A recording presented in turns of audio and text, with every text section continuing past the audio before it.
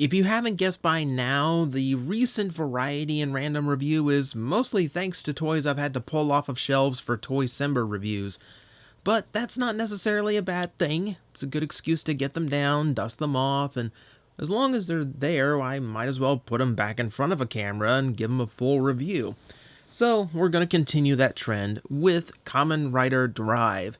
This is the first figure in the TJOmega series, which is, of course, Drive's gimmick figure line of his series. It's not a bad figure, so we're going to go over it in exhaustive detail. Now, last time I kind of went over the paint and then went over the detail and the molding. That seems kind of silly to make two passes of the toys, so we're just going to go from head to toe and see what this thing is all about.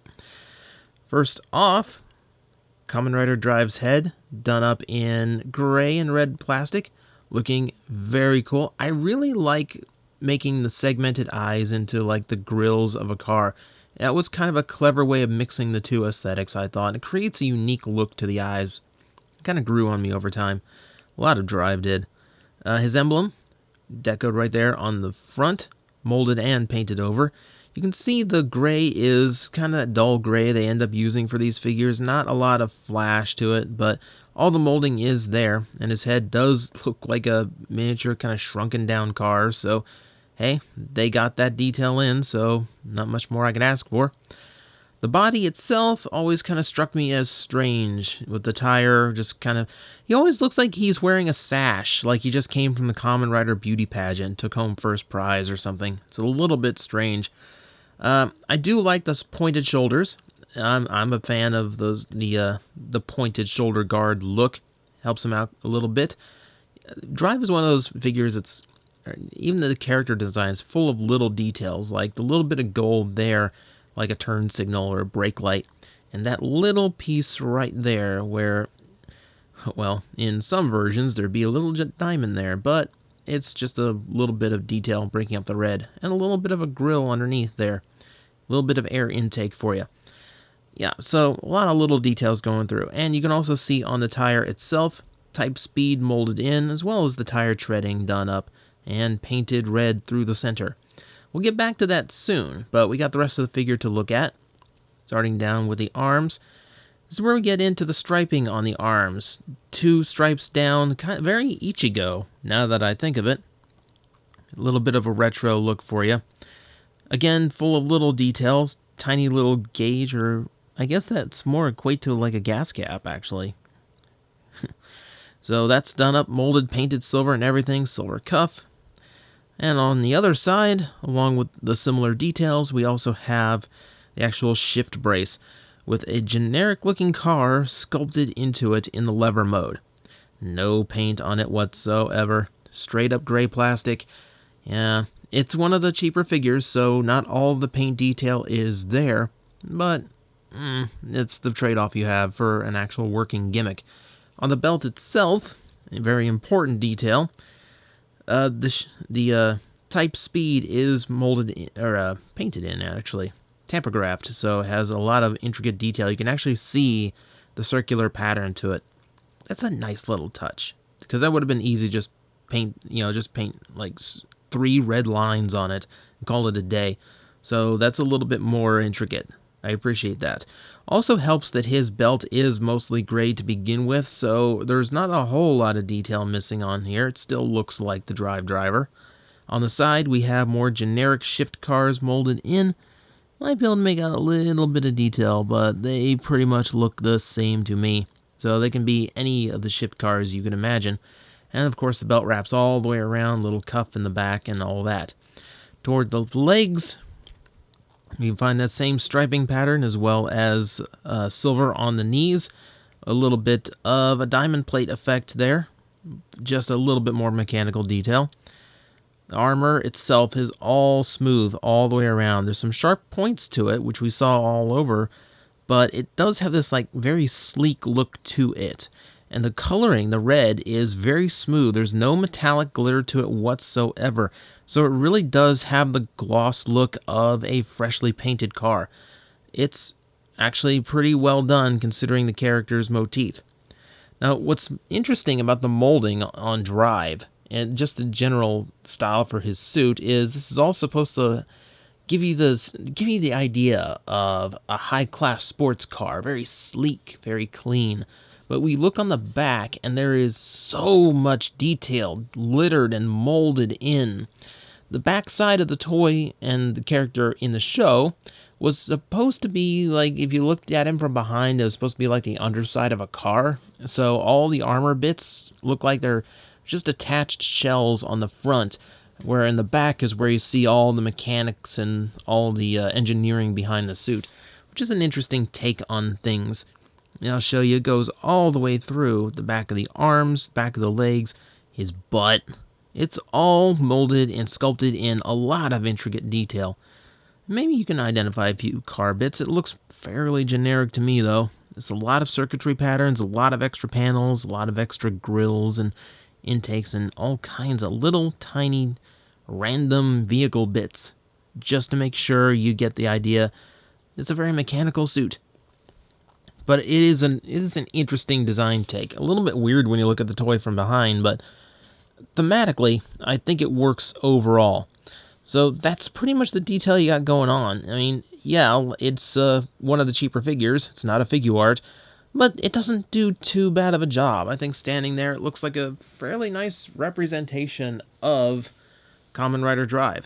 And, nothing really to complain about there.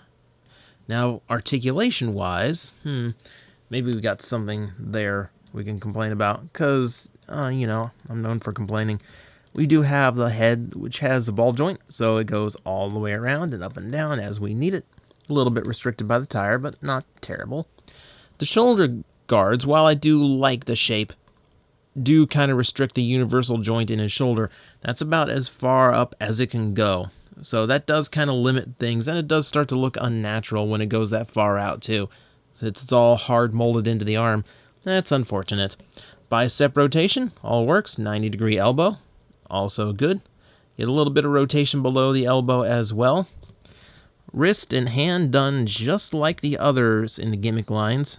2 fingers on a hinge, as well as a rotating wrist. For the torso, we have a waist rotation, always appreciated, and not restrictive. It does avoid the belt and everything. Hips, fully jointed, works quite well. It's a universal joint rather than a ball joint, though it is going to be a little bit restrictive on this side because of the cars hanging down.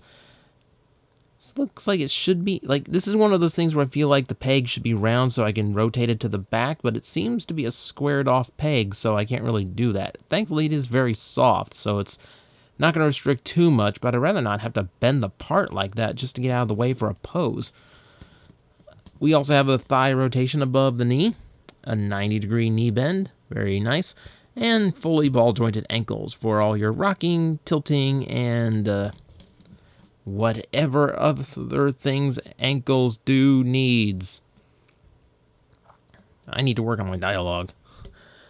So all around, good articulation. I think he works pretty well as an action figure, aside from the aforementioned shoulder limitation because of the shape.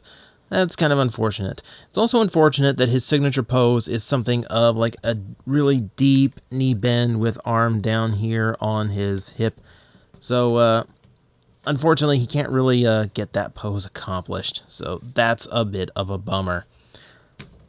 But it's really not meant for posing. If you want that, go get a figure art. He is meant to be a decently articulated toy with a decent amount of molding, painting, accuracy. But he's really meant to operate the gimmick of the Kamen Rider, which in this case is the tire change.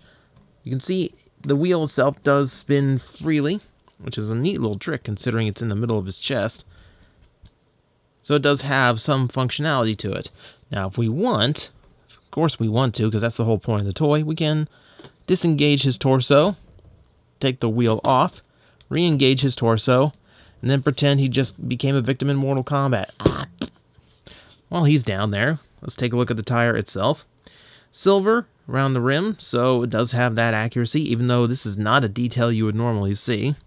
Type speed molded around both sides. These are molded so that only one side can go on to the main part of the toy. So you're not going to accidentally put them on upside down or anything. So that's a nice little thought touch. But what would a tire change gimmick be without tires to change on? So the first figure came with his original tire change, the Max Flare, done up in translucent orange with the same rim painted around in the center. It's a little bit hard to get the molding there, but thanks to a little bit of shine from the light, you can see the Max Flare molded in. Now, let's see. To get this looking a little bit more appropriate, we can flip all of these out. They're on little clips, and there's a little notch for your fingernail to actually raise these up with. A little bit loose on this one. I don't know why. The other ones seem to be okay.